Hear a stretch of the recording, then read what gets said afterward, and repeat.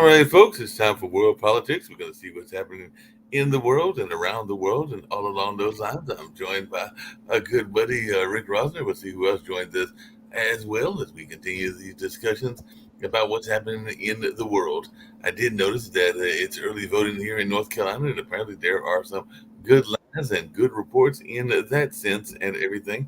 And I see that we've got Shaquille with us as well, so we're going to see what's happening in Australia and a number of other places. But yeah, I did see, as I said earlier this morning, I went to an early voting event, and it looks like there was a good turnout. So we'll see if this continues here in North Carolina or doesn't continue in North Carolina. But what are you hearing about early voting returns since you gave some of them earlier in terms of how things are going? Not just So I pulled up in North Georgia. Carolina's stats right now, and of course the stats may lag the actuality, but Right.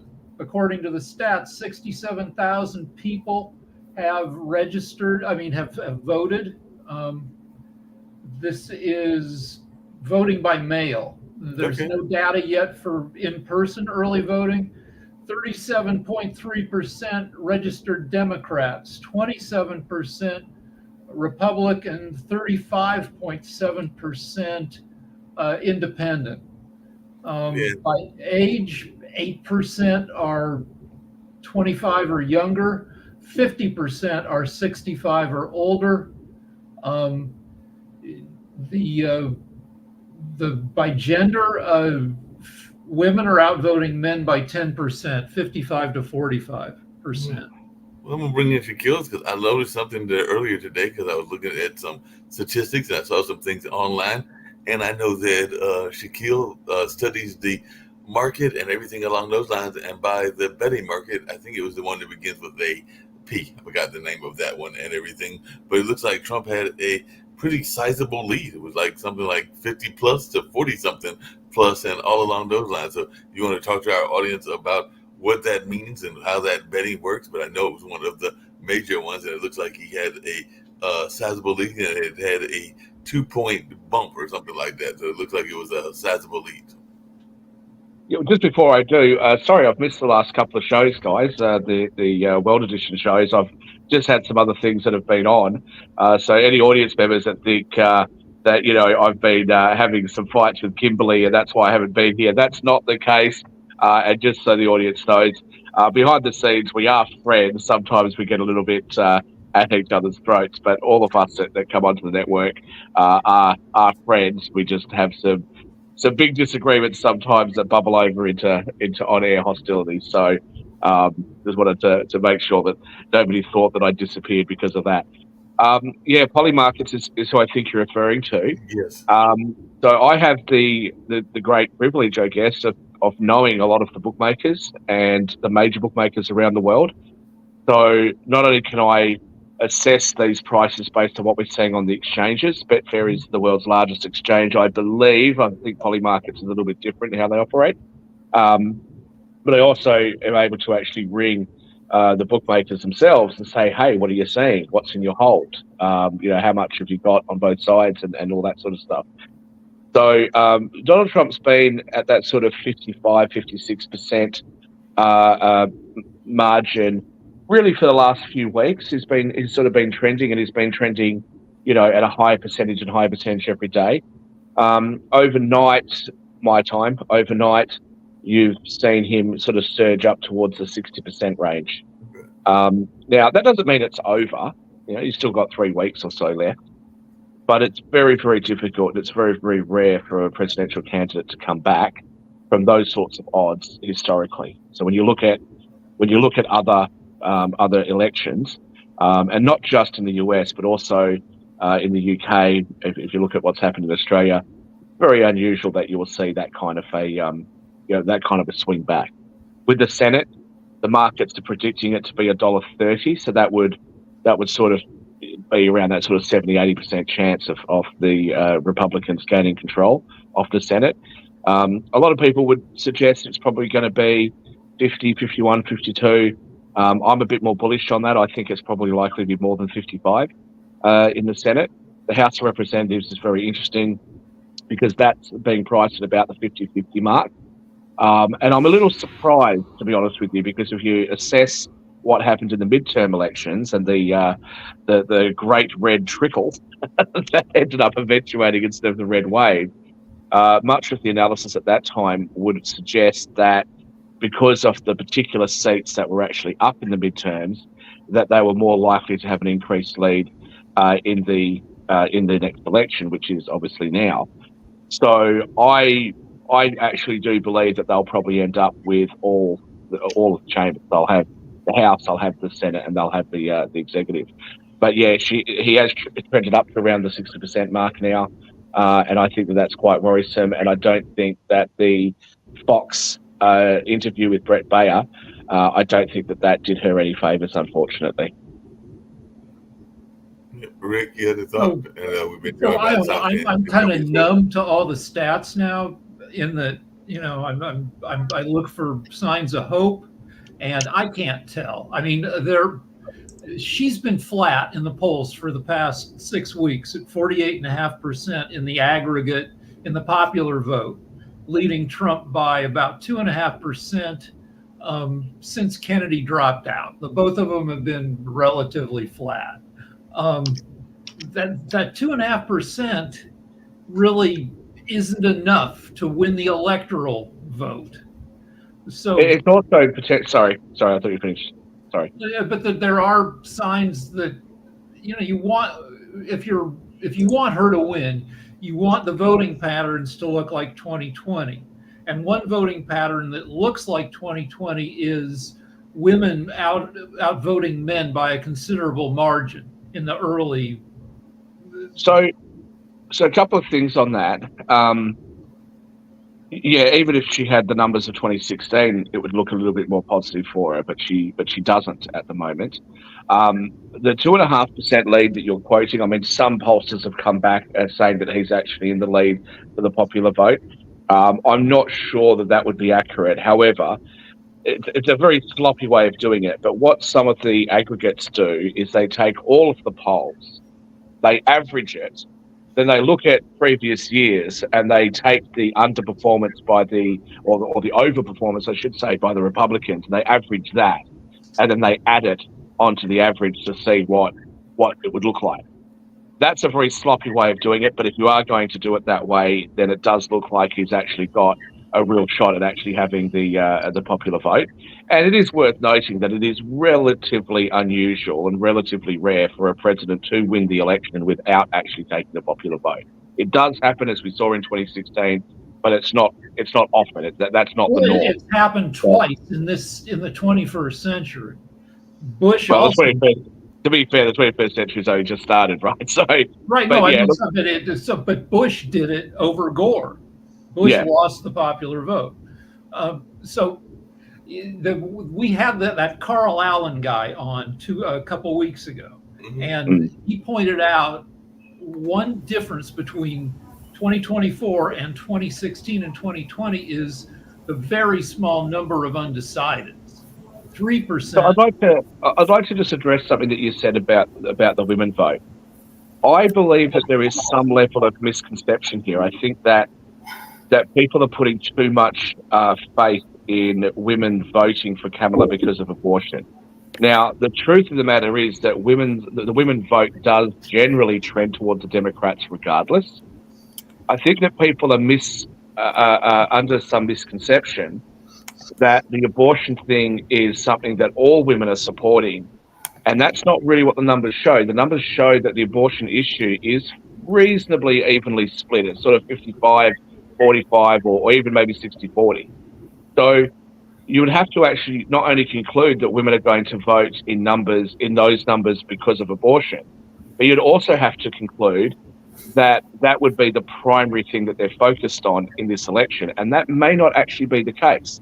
And what we're seeing with voting patterns is that many voters are voting for other issues that you may not be expecting. So a lot of people will think, okay, the economy is going to be the number one issue, but actually it's something else. So what I'll just quickly say something and I'll be quiet. I've watched the Ted Cruz debate, and I also watched the debate with the woman from Massachusetts, I got mental blank on her name, Elizabeth Warren. Now, it was very interesting to read what was happening in the comments. because the comments in Ted Cruz's debate was that he absolutely smashed him and this and that. I don't think that there's any realistic chance of him losing the Senate race in Texas. Very interesting to see what happened in Massachusetts, because reading all the comments, people were pretty down on Elizabeth Warren, and they were really talking up the other candidate, who is a much more moderate, non-Trump loving Republican. I don't think he's got any shot of winning it, but it was very interesting to see the comments, and a lot of comments were made about abortion by women. And that it's a small sample size, but I think that there's an undercurrent there that women are not as supportive of restoring Roe at a federal level as what people and Democrats might think.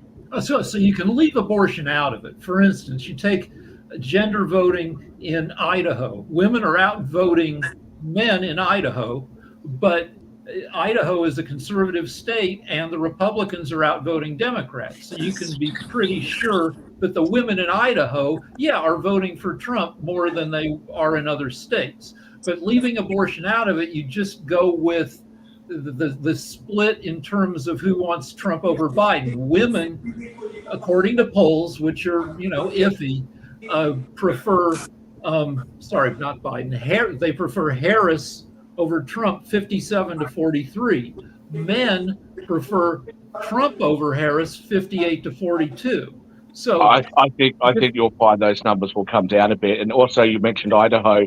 Very, very interesting that the leaders of the group that want to secede from Oregon and join Idaho are mostly women. That group that on the eastern side that say, look, we should be part of Idaho.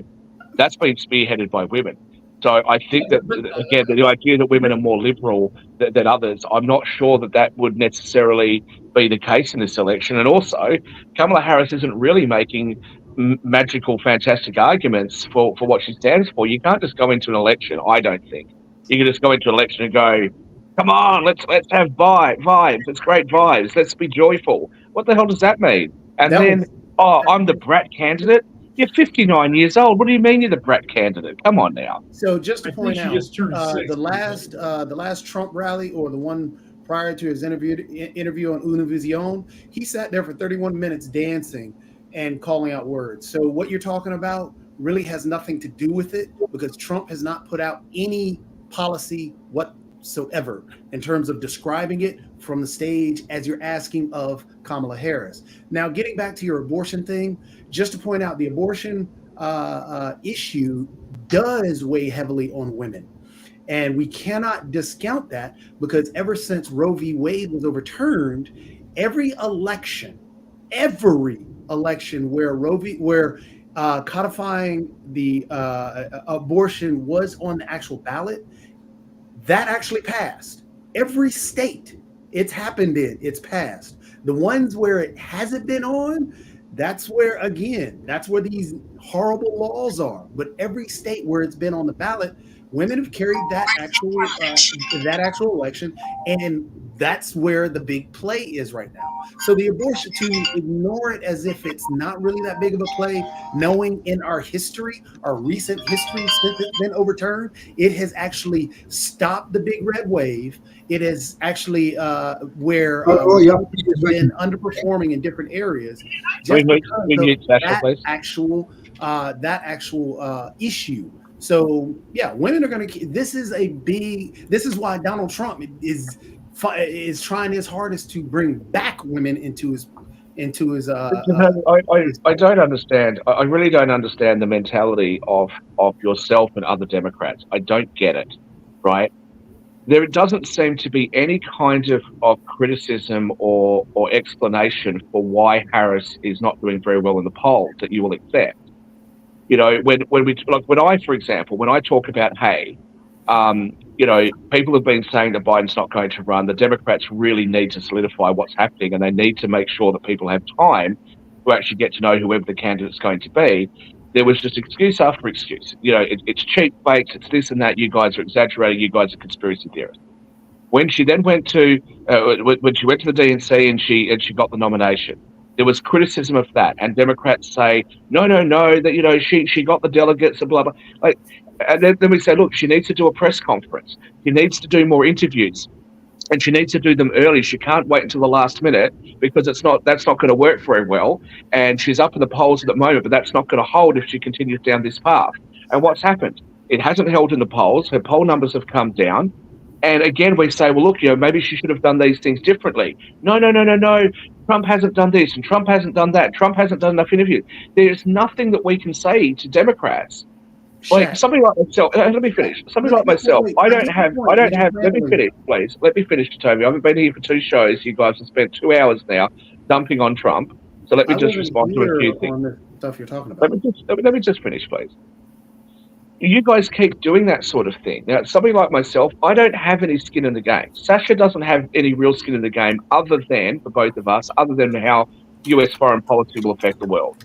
But other than that, you guys cut taxes, whatever, doesn't affect me. You guys increase taxes, doesn't affect me dramatically. Like, whatever your domestic policies are, so when we sit there and say, look, I think Democrats need to do things differently, and all you want to do is to come back and excuse it or blame Trump or this isn't real, this doesn't matter, we can't discount this. Whenever you do that, my question to you is, well, what do you think the Democrats are doing wrong then? So, what do you think is going to lead what their likely loss is going to be? What do you think that is? You're filibustering now. So I've got your question. Your question is, what could they have done differently? There are multiple things they could have done differently. And Adam, can you mute yourself while you're talking, please?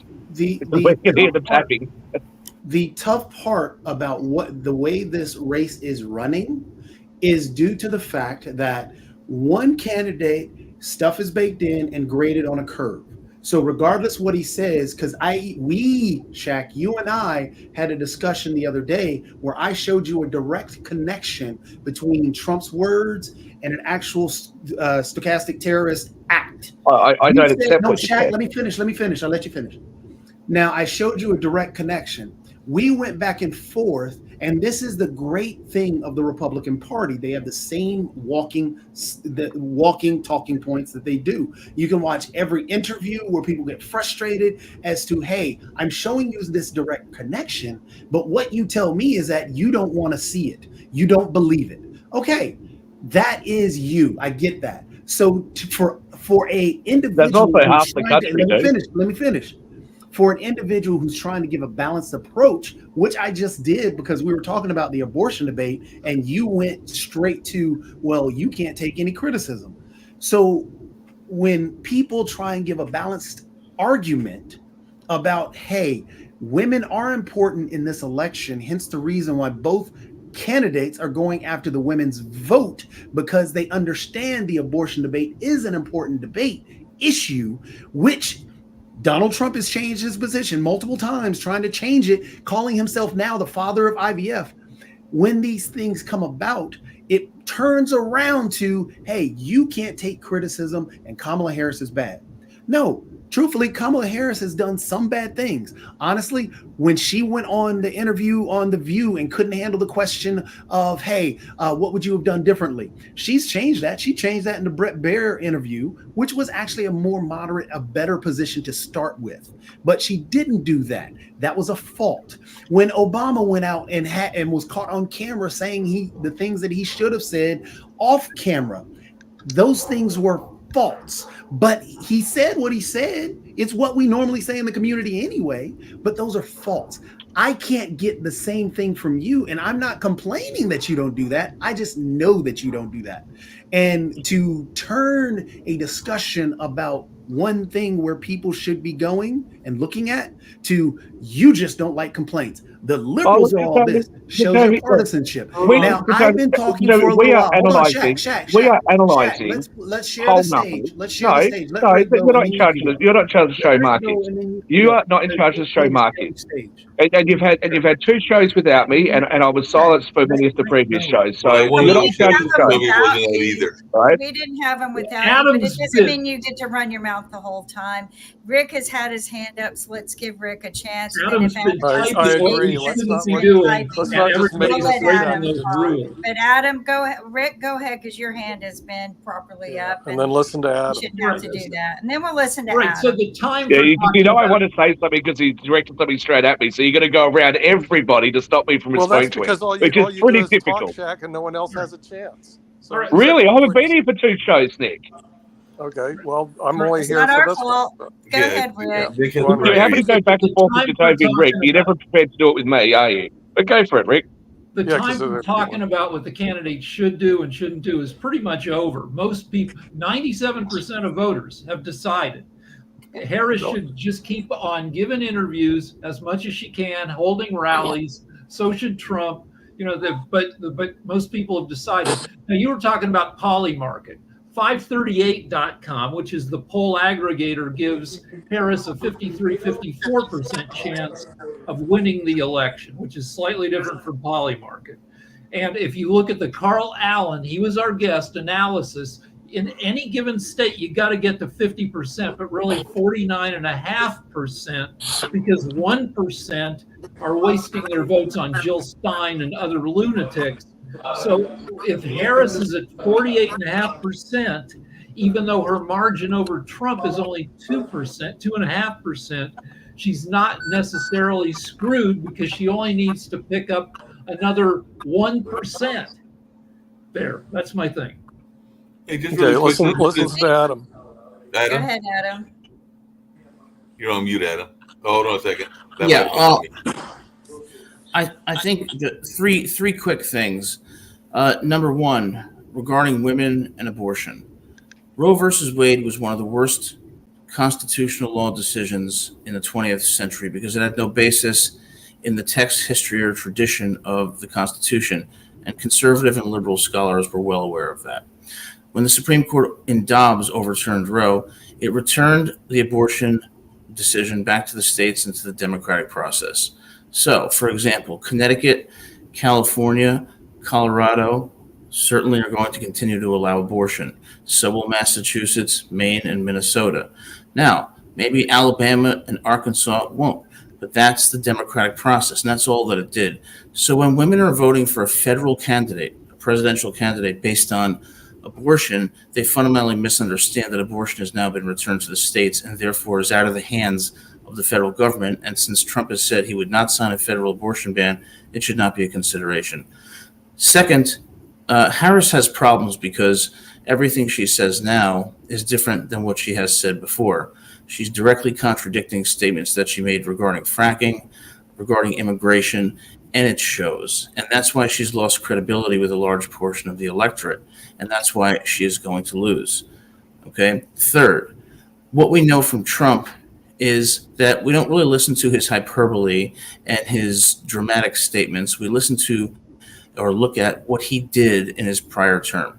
What is Trump going to do? He's going to secure the border. He's going to be far superior on foreign policy, and he's going to continue tax cuts that led to a 16% tax reduction for people making under $100,000 a year, only a 9% reduction for the top 1% of earners, and that doubled the child tax credit, and that doubled the standard deduction. So when you look at Trump's record and Biden's record, where Harris was the vice president, you see a clear differentiation, and that's why Trump is leading in the polls. As far as Harris saying she was vice president, well, she also said she was the last person in the room to help with these decisions, including the decision to abolish the Remain in Mexico policy, which facilitated the influx of many, many illegal immigrants. I'm not saying legal immigration is bad. It's a good thing. We want a diverse country, but we don't want an unsecure border. We don't want taxes raised. We don't want to be disrespected on our foreign policy. We want to have an economy that works for people, and Trump's record is superior to Harris's by far.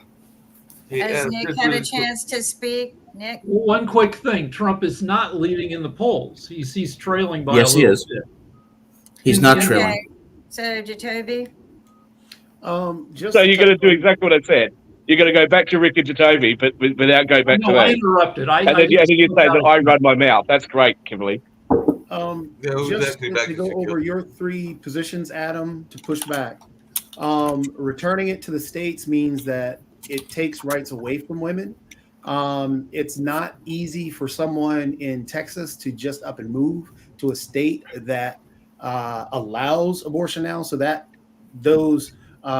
these medical decisions that you're taking away from women, it becomes tough. So when we're saying that it's returning to the states, the ones, as I pointed out, the states that put it on the ballot, it has passed. The states where it's not on the ballot are where the laws are, which are in Texas, North Carolina, all these other places where those abortion laws are. So when you're saying it's going to the states and the people, it's not.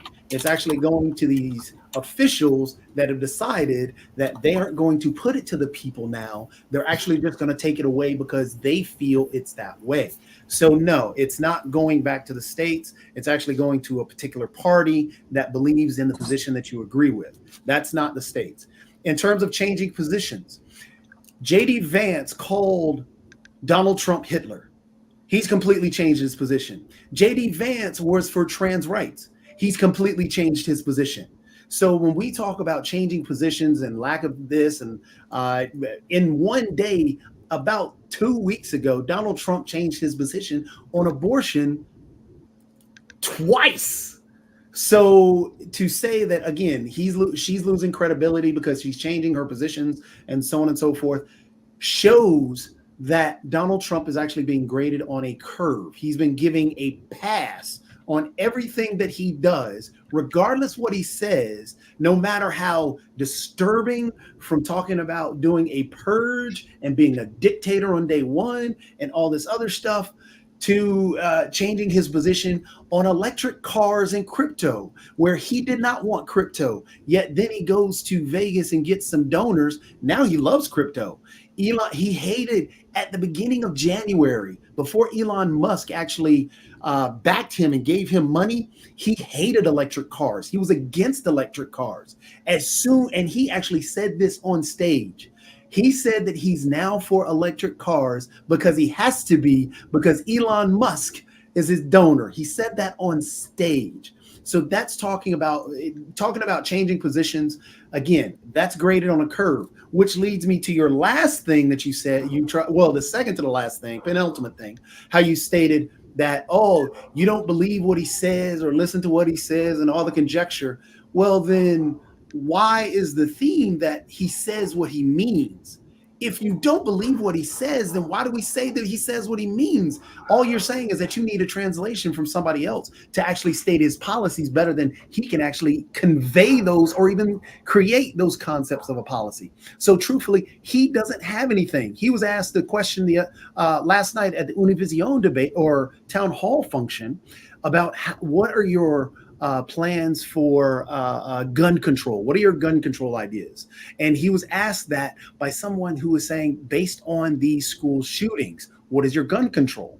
Donald Trump went down some diatribe about how great the Second Amendment was and how many people we need with more guns. So that is a bad thing. And so saying that that's just feeding into Donald Trump's graded on a curve. His immigration idea is just to do a mass deportation and all these things which are negative. I know I've rambled on long, and I see Rick's hand. Let Shaq go. It's Shaq's freaking turn. It's Shaq's turn. Yeah, thank you very much. And it's funny that I'm the one Shaq, baby. It's funny that I'm the one that's accused of filibustering and dominating the show. My goodness. Of course, I'm the one who didn't speak at all today. So there you go. Let Shaq speak first. That's okay. Men first. Go ahead. Dummies first. Go ahead. Oh, come on, everybody. I love that, Kimberly, especially after what I said just before you got here. Perhaps you should go back and watch the show and see what I actually said about you before you got here. That's so sweet. The comments that you've made to Toby about me being partisan, I'm prepared to accept that. I've been a lot more open that I have taken a position as to who I prefer to win the US election, which is a country I'm not a citizen of and have no intention of ever living in. I've been very open about it. For you to try to palm off yourself as being a fair and balanced and neutral arbiter of what's happening is laughable at best. So perhaps you should be just a little bit more honest about the fact that you too are a partisan. In relation to some of the issues that you've talked about, the fact of the matter is that even if Kamala Harris won the election, he does not have the power in the executive to try to codify Roe v. Wade or something similar to it at the federal level. And she knows it, which is why she's talking about ending the filibuster. I mean, that is ridiculous. And I don't know why Democrats keep wanting to try to change the rules and change the political process in order for them to be able to ram through the things that they want to do without the consent of the Congress. This is usurping the power of the legislative branch of your government. You're supposed to have checks and balances for a reason. This is totally inappropriate. As for immigration, I don't think it is unreasonable for other people around the world and for people like my own family that have immigrated to the United States to say, why did it take us 10 and 20 years to be able to come to the United States, to then get to the United States and wait our time in order to become citizens? And these other people are coming in, are being given temporary visas and work permits that allow them to stay, and they're not going to be reviewed by immigration agencies until 2032 and 2034 and things like that, 10, 15 years from now. Because then what you're going to end up with is the same situation you have now, where you're going to say, well, look at all the dreamers. You know, we've had people that have been educated in US schools. Meanwhile, a child from a similarly poor background from a similar country has not had the benefit of being able to have a US education. And they have to just sit at the back of the queue and they're told, well, we're going to preference those people that have broken the rules. That's not fair. And then Bill Clinton, I think it was, who said recently, well, we need to have more immigration because young people aren't having enough babies. Here's an idea. Maybe we could do something in the US, in Australia, where the birth rates have dropped, across the Western world where birth rates have dropped, Canada, where the birth rates have dropped. Maybe we could do something to create an economy and create a society which is more conducive to young people wanting to be able to get married and buy a house and be able to afford to have children, rather than saying, well, you know what, you're priced out of the market anyway, and now what we're going to do is we're just going to bring new people in instead of giving you the tools to be able to have a family of your own. Kim? You left everybody speechless, Shaq. No, it's Kim's turn. Everybody's speechless. It's Kim's Well, turn. I try to be bring succinct, up and that I get left here on my own. I think that Trump is probably going to lead the way, and that it's going to. I don't think it's going to be a landslide, but I think it's going to be definite and apparent. But what I do want to bring up is the fact that they campaigned so hard on the abortion issues when there were so many other more important issues. But it's the most hypocritical of Republicans I have ever seen in my life, when they can sit there and condemn someone who's making a choice of their own body, and maybe for their life, or maybe the baby is already deceased inside them and bleeding out, yet they think it's okay to kill 45% of the babies in IVF, because 45% of the babies in the IVF process do die. They're killed. More are killed when they decide they don't need the embryos anymore. And the law, Republican laws, have stated that IVF embryos are living children, and yet it's okay to kill them. So I have a problem with the hypocritical part of the law. I don't care that this law says this and the judges said this.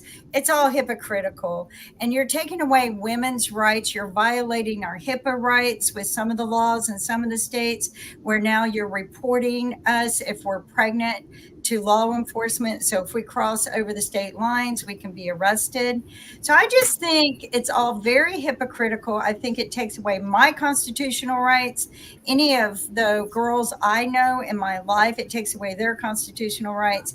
And I just think people need to start being more considerate of other human beings. And they're definitely not considerate of the babies and embryos for IVF. All the 45%, they're murdering the babies. They're murdering. Mark, can I respond to that briefly? Trump says they're murdering the babies. If that's your position, then it sounds like you should be against abortion across the board. Here, I've got two questions. No, I'm just saying it's very hypocritical. I've got two questions. I've got two questions. One, if the United States is as passionate about abortion on demand right up until 1 second before birth, why is it that your foreign policy? Why doesn't the United States go and tell Sweden and Denmark and Norway and all of Europe that they are abusing women?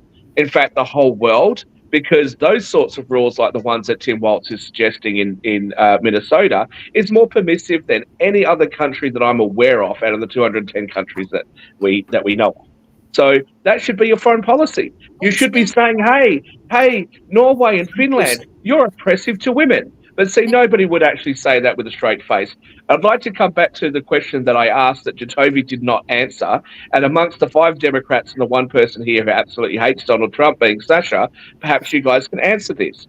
If none of the criticism and feedback that I and many other people have given you have been valid, what do you think is the cause of Kamala Harris having this precipitous drop in her poll numbers? I'm cognizant that Rick brought up the 538 numbers, which are 10 points away from the betting market and is 10 points away from the aggregate numbers.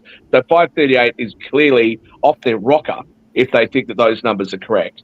So what do you think is the reason? Now, when it became apparent, when we were doing the election coverage on this network, when we thought that Biden had lost the election, all of a sudden Democrats said, oh, maybe he should have done more interviews. Maybe he should have gotten out of the basement. Maybe he should have done more rallies. So what's it going to be this time round? Are you going to wait until you lose and then say, actually, these things that we ignored were actually good ideas? And if you happen to win, is this the blueprint for future elections? Do Democrats think, actually, this was perfect? Because to listen to you guys, it sounds like it. Should we wait for 2028's DNC and then just have a switcheroo on the candidate and then no interviews and no press conferences? Is this what you guys think are a good idea? Because it sounds like that's what you're promoting. No, hold on a second. She just did an interview last night. Hold on a second. Hold on a second. A bit later today. Hold on a second, because everybody's spoken but me. One, I don't think that anybody that I'm aware of, because I thought Jacoby actually did say that there were some mistakes that had been made, including not doing the interviews at a certain time and certain other things. So I would even say that, and yeah, I may if to go down your path, yeah, I vote Democratic. Trying to say it now when she's losing the polls, but you wouldn't admit that back a few months ago. You wouldn't admit it. You guys would sit there and go, no, it's fine for not doing interviews. Look at Donald Trump. That's what you guys were saying to me, and to Adam, and to Dan, and to the right leading path. Let's share the stage. There have been a couple of shows, including some of my own other shows that I am more in charge of, like the Online Dinner Party and others, where we've had these conversations, and there has been some folks that have definitely admitted that there were some mistakes, including that whole barbershop conversation that wasn't supposed to have gone public and everything. I don't think that was intended to go public, and I think that was an accidental one. I brought up earlier today, before you were here, I brought up the whole notion, because it's out there now, about plagiarism, because I'm not, as a one that has got friends in the professor avenue, and Dad was a professor and others, I'm not a big fan of plagiarism. So if that is a case that she cited or cited some things and it was plagiarism, then that could be an issue as well. I'm not saying that is the case, because there is some pushback on that, including from some of the... You guys, at the end of the day, you guys keep coming back to Trump and his supporters are bloody madmen, right? And they're all nuts. And that you guys are doing everything right, and you won't accept that the interview she's doing is too late. Like, she's going to lose this election. I am more sure of this electoral outcome than I ever have been at any other electoral outcome that I've ever known anywhere in the world. She is going to lose this election, and it's going to be brutal. And the reason it's going to be brutal is because the Democrats dropping the ball, not because of the Republicans. There were some things that were done wrong. I mean, like even the notion. All right. Let me say something. Earlier today, I killed 150 million babies. Life begins at sperm. And I all right, so by that logic, Rick, every woman should have a funeral once a month. Finish his point. All right, the poly market is the outlier. So 538 has Harris ahead by 2.5. Real Clear Politics, which is a little bit more conservative, has her ahead by 1.5. And The Hill, these are the three major poll aggregators, has her ahead by 2.7%. The poly market is the one that doesn't agree with the three major poll aggregators. Yeah, Rick, I think the 600 million, the 600 million US dollars that is currently sitting in Polymarket is probably a good idea. Is probably a good indicator. And I think that the $2.5 billion that are currently held by the bookmakers book is probably a good indicator, much better than what the polls are.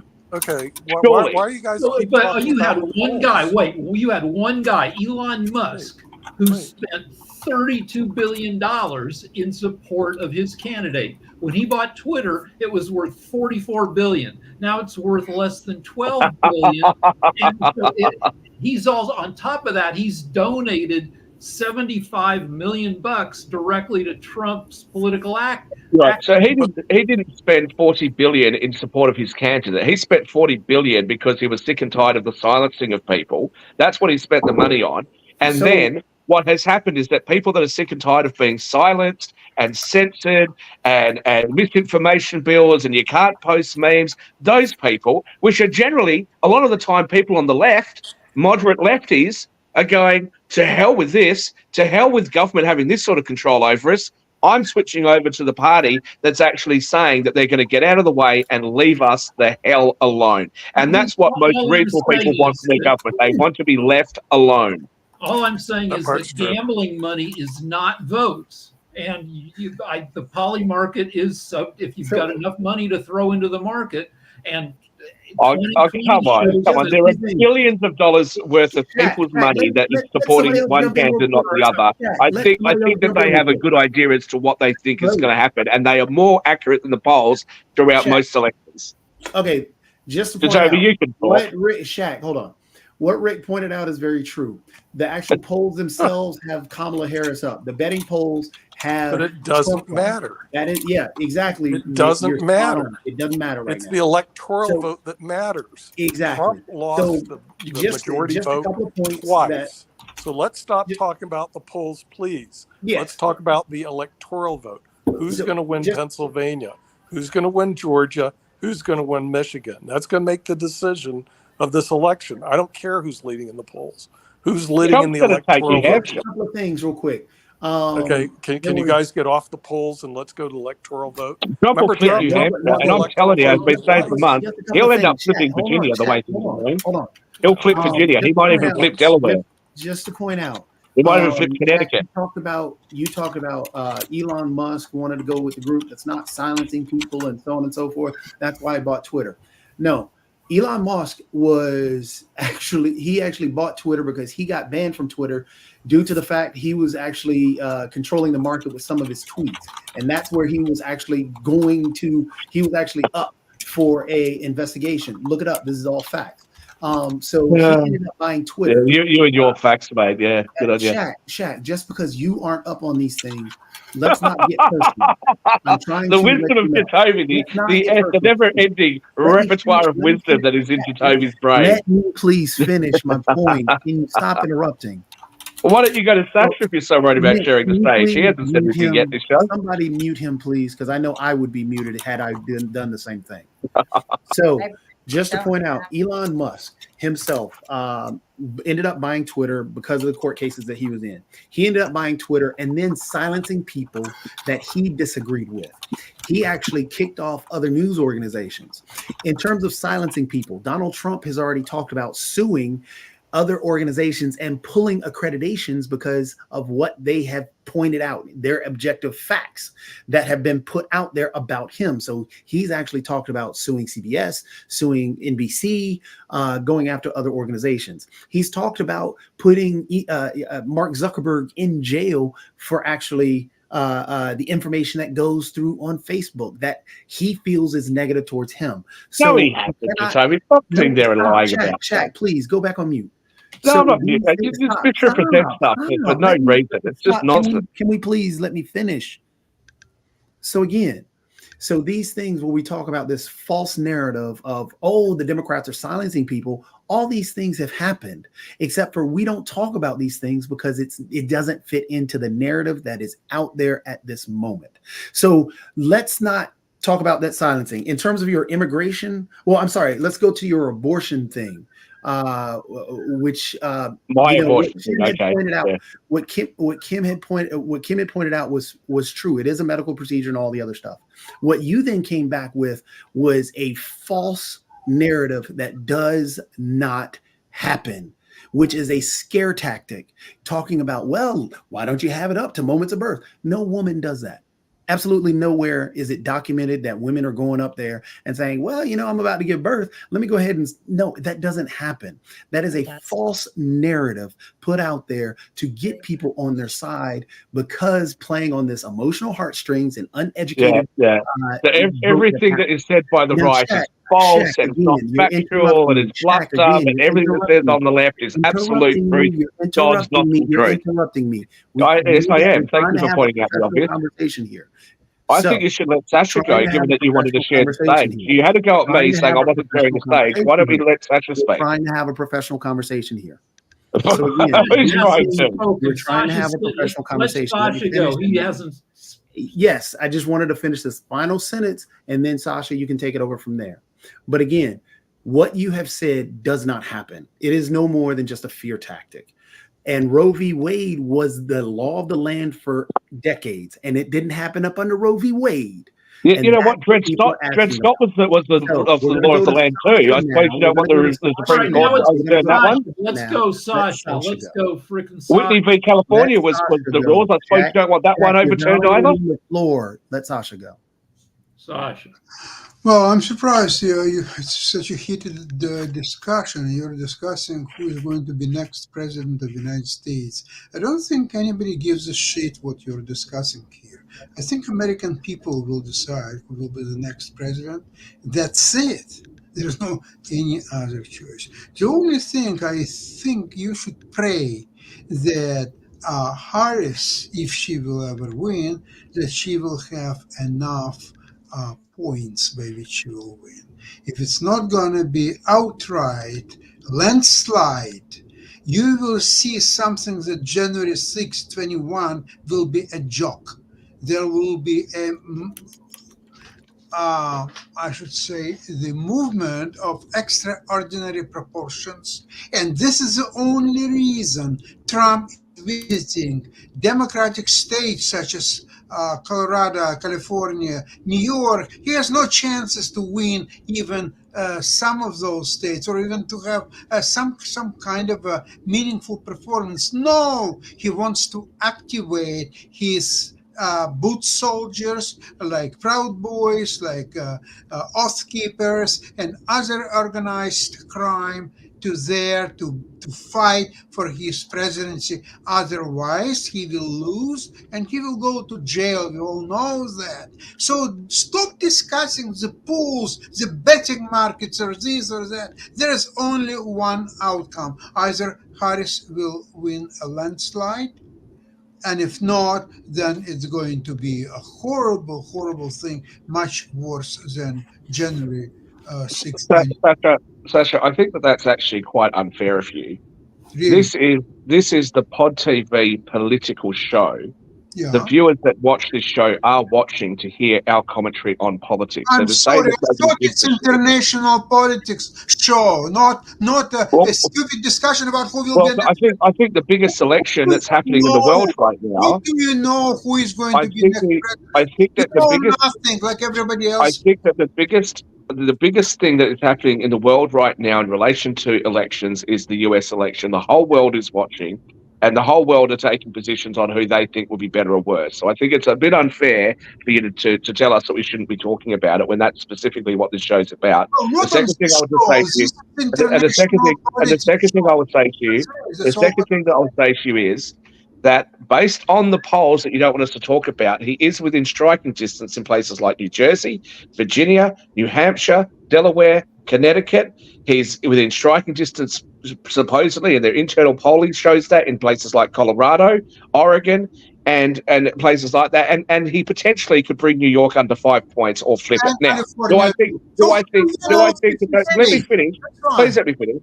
Now, do I think that those things are likely? Probably not. I don't really think he'll flip New York, maybe New Jersey, maybe Virginia. But here's the thing. When you say that he's got absolutely no chance of doing that, that's what everybody was saying in 2016 when it came to the Rust Belt. You know, what's her name from MSNBC, Rachel Maddow, said, the polls are so bad that Alabama is only lean Republican. Hillary Clinton might flip Alabama. But nobody laughed and said, look, there's no chance of her flipping those places. No, it was perfectly okay. But because you guys have such hatred in your eyes and hearts and souls for Donald Trump, you can't accept anything that might show that he might be leading. It's got to be some conspiracy theory that he wants to overturn the election. All right, so you don't have to look at Polymarket. You don't have to look at the polls. 6% of the vote is now in the form of vote by mail ballots that have been returned, and some states with early voting. If you like, look at Pennsylvania. So Pennsylvania right now, Democrats are outvoting Republicans by 39.2%. So then you look back at 2020 stats. What happened with the early voting in 2020? Well, Democrats outvoted Republicans by 41%. So almost the same rate, and Biden only won by 1%. So what that tells you is we don't know shit. It's a freaking toss-up. No. What it tells you, Rick, is that her numbers are down with blacks.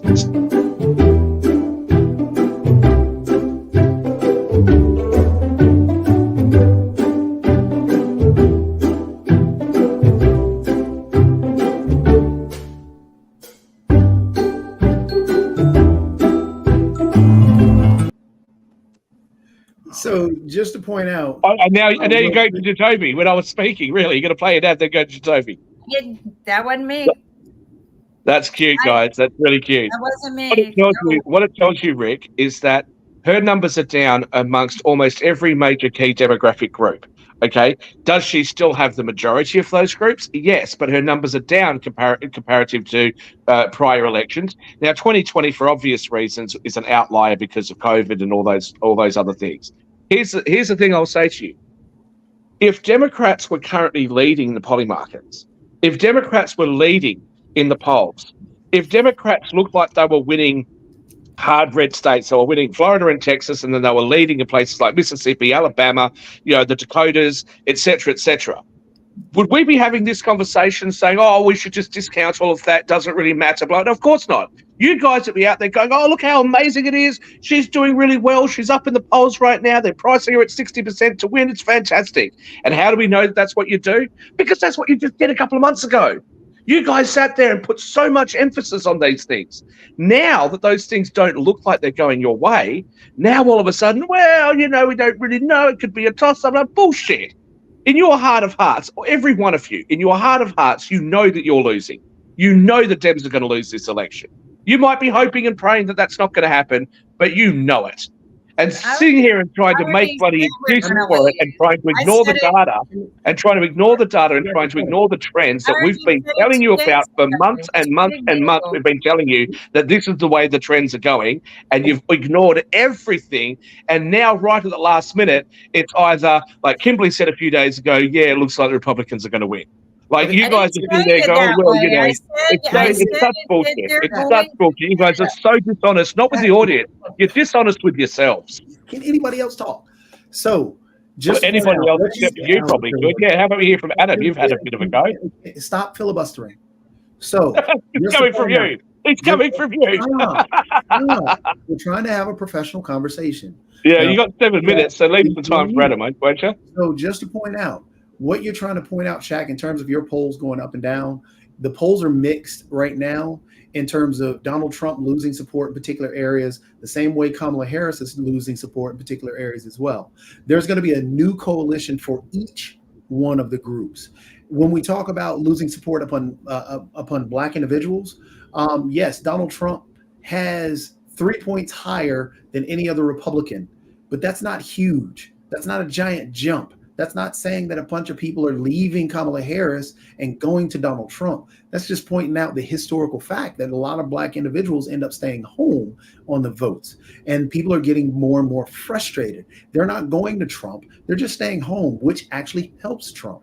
So again, getting back to the point, yes, why is Kamala Harris, what your question is, why is Kamala Harris losing the support? The same way Donald Trump is. People are just tired and people are staying home. There are people, look at Nick Fuentes, one of Donald Trump's biggest supporters, used to be. Mark pointed out earlier that he's going to Jill Stein. Why? Because he feels disenfranchised by Donald Trump. So again, the coalitions are going to mix right now. And no, we can't say in anybody's heart of hearts who's going to win and who's going to lose, because the polls right now are so even across the board. Well, I can say it. It's a free country, and I'll say what I like. Shaq, you're interjecting again. So, yes, I am. Thank you for pointing out the obvious. Please, let's be professional. Adam asked us to do this, and I'm doing this as best I can. I've got me a notepad to keep track of what everybody's saying so I can respond to people as what they're saying. Oh, I see. So you don't want me to. So you've told me that I don't have any right to respond to everything that the other guest. Let me finish. But you have the right to respond to everything the guest say. I don't, but you do. You can go to the personals all you want to. Just let me finish. So what I have to defend what Sasha had said before he ended up leaving, because honestly, one of the biggest things that happened today was Yahya Sinwar being pronounced dead.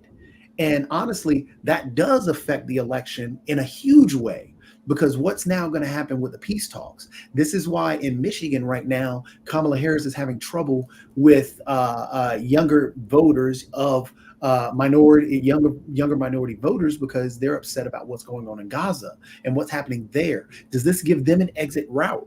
That's a big discussion topic that is happening in the world. And yes, it does affect the election. Is this an off ramp for Netanyahu? What's he going to do now? Because evidently Yahya Sinwar was one of the biggest reasons why they couldn't get a peace deal, as well as Netanyahu. So is that going to be an off ramp for Netanyahu to go ahead and will that help Kamala Harris, or is that going to help Donald Trump? So there's a lot there. And so what Sasha said, I cannot dismiss, because that's his opinion. He isn't in the States, and his big thing does deal with what's going on with Israel right now. So I can admit that, yes, I can't say his idea doesn't matter. So I think it does. That's why I bring it in, is that what's going to happen with Yahya Sinwar, and how is that going to affect the election going forward? Because while there are 300 millions of people voting, what's going to happen now? So I'm the filibusterer. You're allowed to respond to all the points, but I'm not. That's brilliant, Jacoby. Thank you for your analysis. Adam, did you want to jump in? You're on mute, Adam. Sorry about that. So just two brief points. Trump is leading in the polls because you have to take into account the sampling bias of these polls, as we saw in 2016 and 2020. If Harris is only up by 1 or 2 points, that essentially means that she's behind, and she's behind in all of the swing states. I'm predicting a Trump landslide.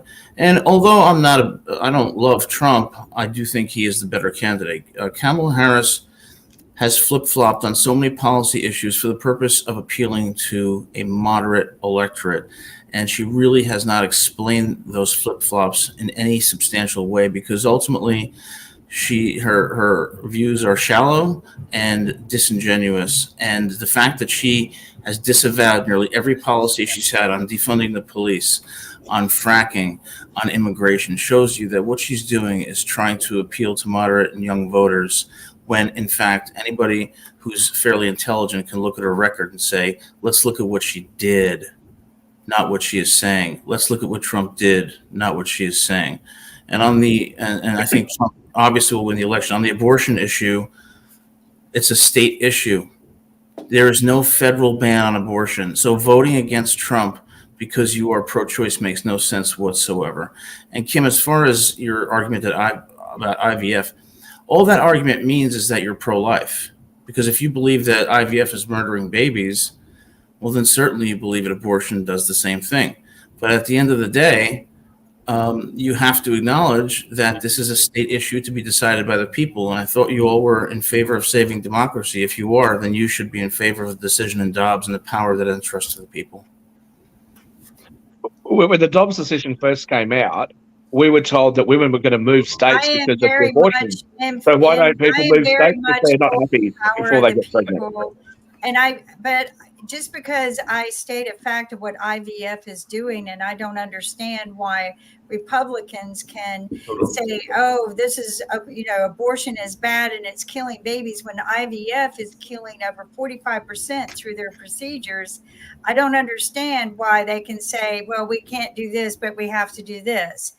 Okay, that to me is a conflict of interest. I am not against IVF or for IVF. I think all of that is each individual person's decision. Now, what IVF laws have just recently done is many of the IVF facilities have decided to close down because they are being held accountable for the deaths. That there's been some cases that has held them accountable for child death. And this is not holding over very good for them. But now if they dispose of the embryos, they will be held accountable for murder. So yes, you just but have it if one you're way or the other. if you're defining IVF as murdering babies, then ipso facto, you must be pro-life. No, I can answer your question, though. I'm not Your question defining about that way. your question The law about did. inconsistencies. The law Your- defined it that way, Adam. I didn't define it. The Your law is already in question. place. Well, then what do you think? Your question about What is your opinion? inconsistencies I'm not going to give or my opinion. I'm hypocrisy just of giving the Republicans. facts of the law, and Can- I'm can giving the I facts of respond to you, laws that please? have just happened. Can I respond to you, And please? IVF is not my position, but unfortunately, we're Okay, out you of said time, that. and Can I we can just pick quickly this up respond? later.